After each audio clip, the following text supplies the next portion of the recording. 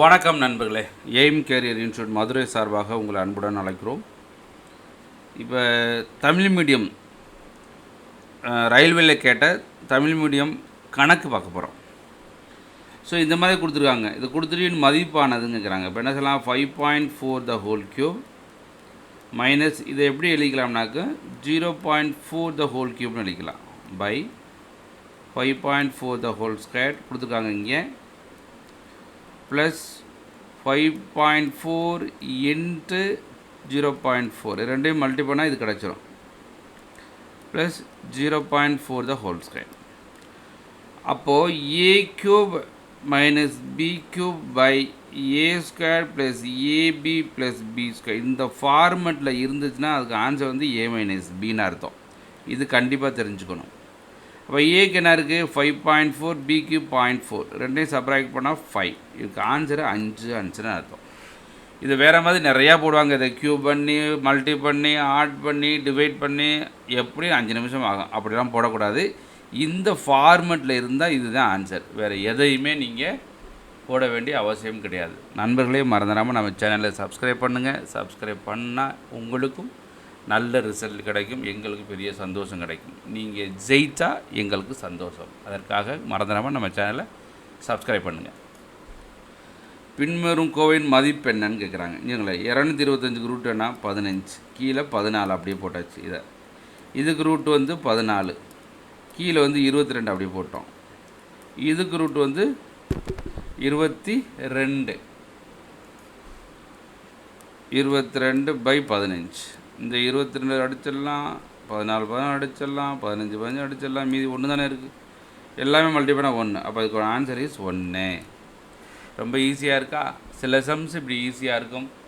நீங்கள் நார்மலாக ஒரு 30 கொஷின் கேட்டால் அதில் 20 சம்ஸ் கண்டிப்பாக ஈஸியாக இருக்கும். அந்த 10 சம்மை யார் பண்ணுறாங்களோ அவங்களும் ஜெயிக்க முடியும். அதனால் கணக்கை தெளிவாக தரவாக வேகமாக போடுற மாதிரி நீங்கள் படிச்சிங்கனாக்கு உங்களுக்கு வெற்றி மிக விரைவில் கண்டிப்பாக கிடைக்கும்.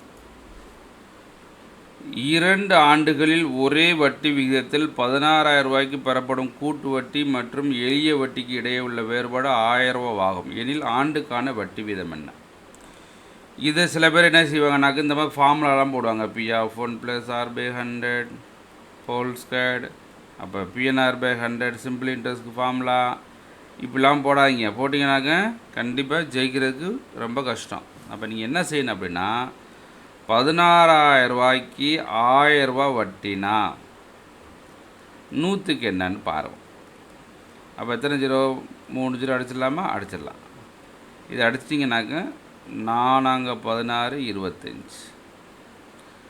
அப்போ 25/4%. இதையும் அடித்து கொடுத்தீங்கன்னாக்க 6 24 மிச்சம் 1 6.25.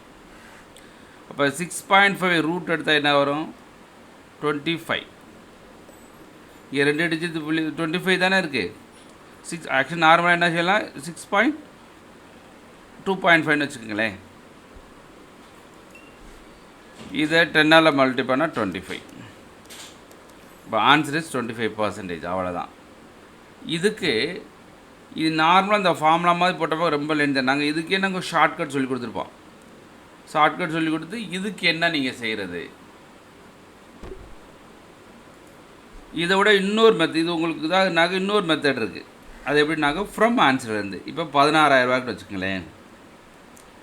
ஆன்சர் வந்து பாருங்கள் 25%. இப்போ இதில் 25%னா 50%, 8,000 ரூபா, 25% 4,000 ரூபா. அப்போ 4,000 ரூபா. 2வது வருஷத்துக்கு 4,000 ரூபா வாங்கின ரூபாய்க்கு ப்ளஸ் இன்ட்ரெஸ்ட்க்கு இன்ட்ரெஸ்ட். இதுக்கு 25% என்ன 1000 ரூபா வந்துருச்சா? 2க்குள்ள வேறுபாடு இது 1000 ரூபா. அப்போ நீங்கள் எடுத்த ஆன்சர் ரைட். ஃப்ரம் ஆன்சர் போய் தெரிஞ்சுச்சுனாக்க இன்னமும் ஈஸி தான். அதனால் இது ஒரு ஷார்ட்கட் மெத்தடு.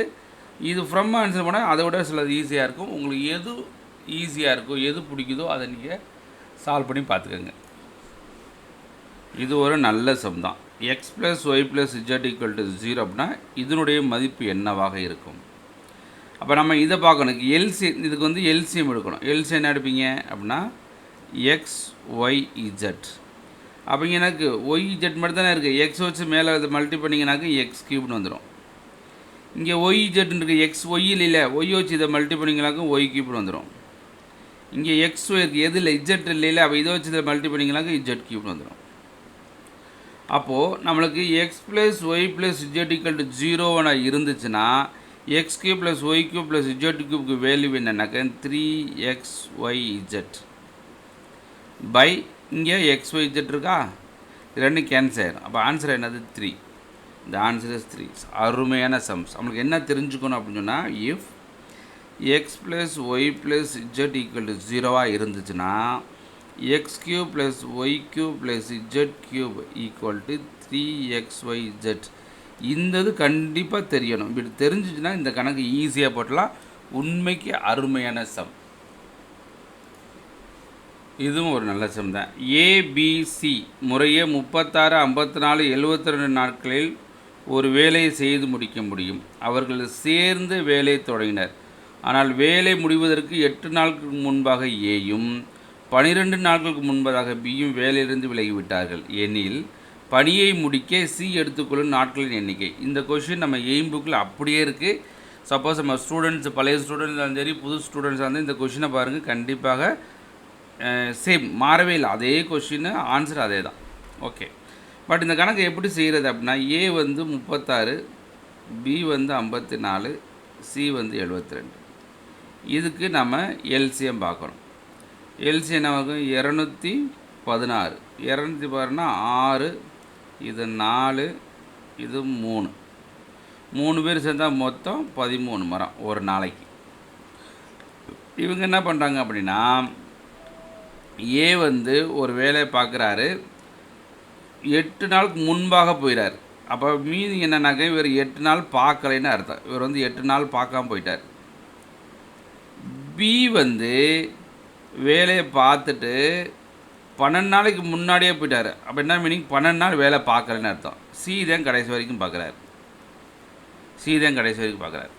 இப்போ நம்மளுக்கு 2-3 மெத்தடில் போடலாம். பட் உங்களுக்கு கொஞ்சம் ஈஸியஸ்ட் வே என்னென்னா, இவங்க வேலை பார்த்தது இது மட்டும்தான். 216 மரம்ன்றது இது 3, இந்த கோடு மட்டும்தான்.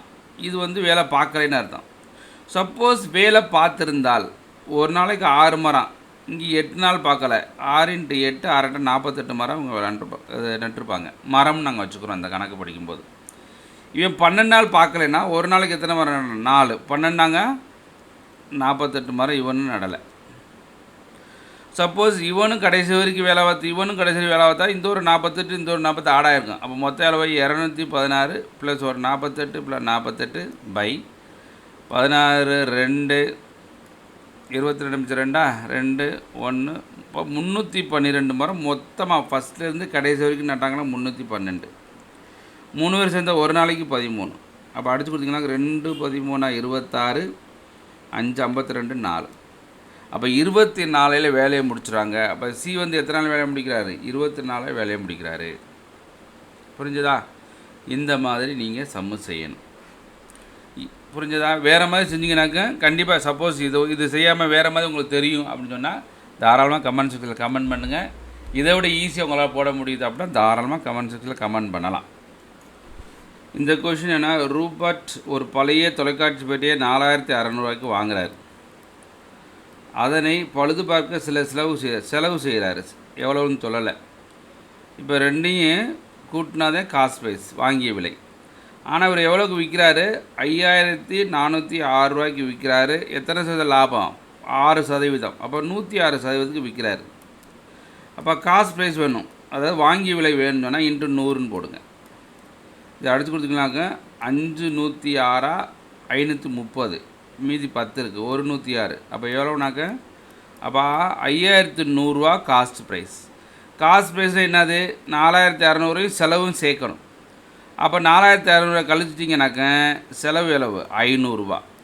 அப்போ செலவு செஞ்சீங்க அப்படின்னா 500 செலவு செஞ்சுட்டு அப்புறம் தான் விற்கிறாரு 6% லாபத்தில்.